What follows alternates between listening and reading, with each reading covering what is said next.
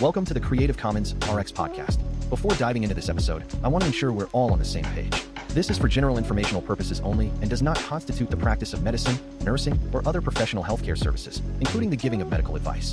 No doctor-patient or pharmacist-patient relationship is formed. Using this information and the materials linked to this podcast is at the user's risk. The content on this podcast is not intended to substitute for professional medical advice, diagnosis, or treatment. Users should not disregard or delay in obtaining medical advice from any medical condition they have, and they should seek the assistance of their healthcare professionals for any such conditions. Clinical experts created the references, content, and clinical insight. NotebookLM, a Google AI tool, created the audio content, which I extensively reviewed before release.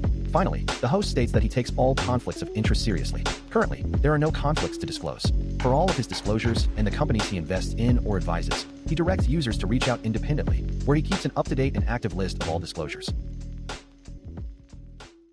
100,000. Take a look at this number. What if I told you this isn't just some random statistic? What if I told you it's the bare minimum number of people who die every single year from one of nature's most perfect poisons? So, that's what we're tackling today. We are going deep into the world of snake envenomation. We're going to look at the bite itself, the fascinating and terrifying science of the venom, and, of course, the incredible but sometimes tricky cure. All right, first things first. We need to get a handle on just how big of a deal this is. Because trust me, it's a way bigger problem than most of us realize. Yeah, so those numbers are just staggering. Every single year, we're looking at least 100,000 deaths from venomous snake bites. But look at that other number, 400,000. That's how many people are left with permanent disabilities, like amputations. This isn't just a series of rare, unlucky accidents. It's a massive ongoing public health crisis, especially in rural, tropical areas where getting to a hospital is anything but easy. Now, bringing it closer to home, here in the U.S., we're dealing with two main groups of venomous snakes. You've got your pit vipers, think rattlesnakes, copperheads. Their venom is like a brutal wrecking ball, designed mostly to cause massive tissue damage and serious bleeding problems. Then you have the coral snakes. Their venom is totally different. It's a neurotoxin. It's not about destroying tissue, it's about shutting down your nervous system, leading to paralysis. Two very different playbooks. So what is actually happening on a biological level when that venom gets into your system? Let's get into the science of how this weapon works because it is terrifyingly efficient. You can think of venom as this hyper-specialized chemical weapon. You've got neurotoxins, which are like assassins. They go straight for the nervous system to cause paralysis, and they can stop you from breathing. Then you have hemotoxins. They're the saboteurs, messing with your blood, either making you bleed uncontrollably or causing dangerous clots. And finally, necrotoxins. They're the demolition crew. They literally just dissolve and destroy tissue from the inside out. And this is where it gets really, really complicated. You'd think a rattlesnake is a rattlesnake, right? Well, not exactly. The venom from the same species of snake can be wildly different depending on where it lives. A snake in Arizona might have a completely different venom cocktail than one in California. And that's a huge problem, because it means an antivenom that works for one might be totally useless for the other. It's a constantly moving target. Okay, let's talk about that moment of pure panic. A snake bite happens. What you do next, and maybe more importantly what you don't do, can make all the difference. We gotta separate the life-saving facts from the deadly fictions. So just imagine it for a second. It just happened. You've been bitten. Your heart is pounding, adrenaline is flooding your system.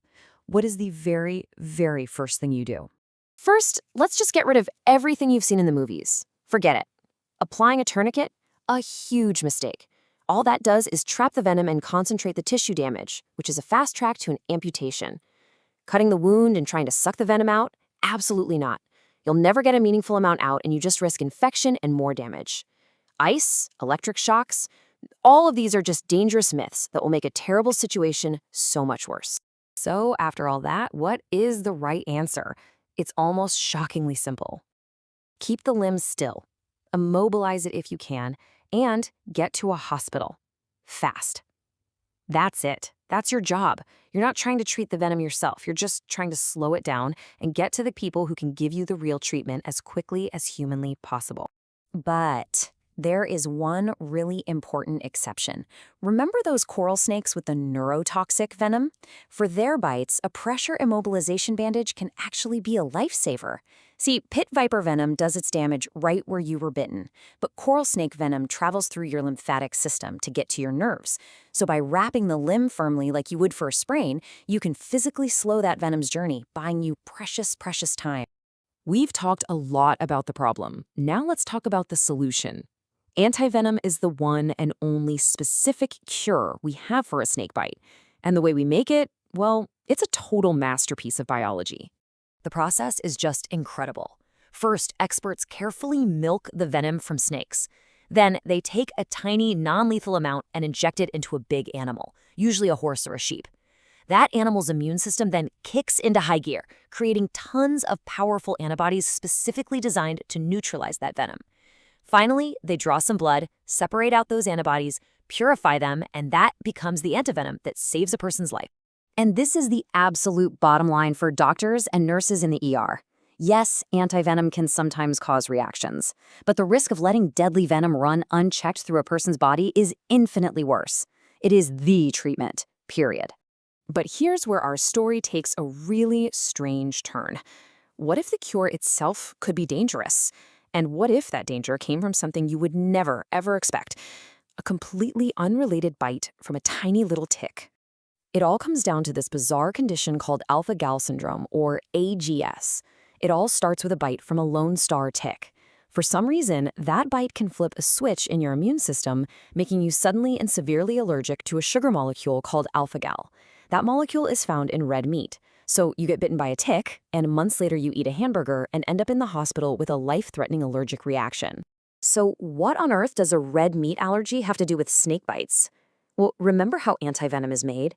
From horses and sheep, mammals? So that antivenom is full of that same alpha-gal molecule. If you're a snake bite victim and you happen to have AGS, you might not even know it. Getting that IV bag of antivenom is like injecting your worst allergen directly into your veins. And the data is just wow. In areas with a lot of these ticks, the rate of severe allergic reactions to one common antivenom jumps from about 3% all the way up to over 22%. It's a hidden danger that just complicates everything. So it leaves us with this really cool idea to chew on. Snake venom is obviously a devastatingly effective poison, right? It's this complex library of proteins that's been perfected over millions of years. But inside that deadly formula, there's a universe of potential. Scientists are already using venom to develop new drugs for things like high blood pressure and pain relief. So the very thing that's designed to kill could also hold the keys to saving us. Makes you wonder, what other secrets are hiding in nature's deadliest cocktails? This is for general informational purposes only and does not constitute the practice of medicine, nursing, or other professional healthcare services, including the giving of medical advice. No doctor-patient or pharmacist-patient relationship is formed. Using this information and the materials linked to this podcast is at the user's risk. The content on this podcast is not intended to substitute for professional medical advice, diagnosis, or treatment. Users should not disregard or delay in obtaining medical advice from any medical condition they have, and they should seek the assistance of their healthcare professionals for any such conditions. Clinical experts created the references, content, and clinical insight. NotebookLM, a Google AI tool, created the audio content, which I extensively reviewed before release. Finally, the host states that he takes all conflicts of interest seriously. Currently, there are no conflicts to disclose. For all of his disclosures and the companies he invests in or advises, he directs users to reach out independently, where he keeps an up-to-date and active list of all disclosures.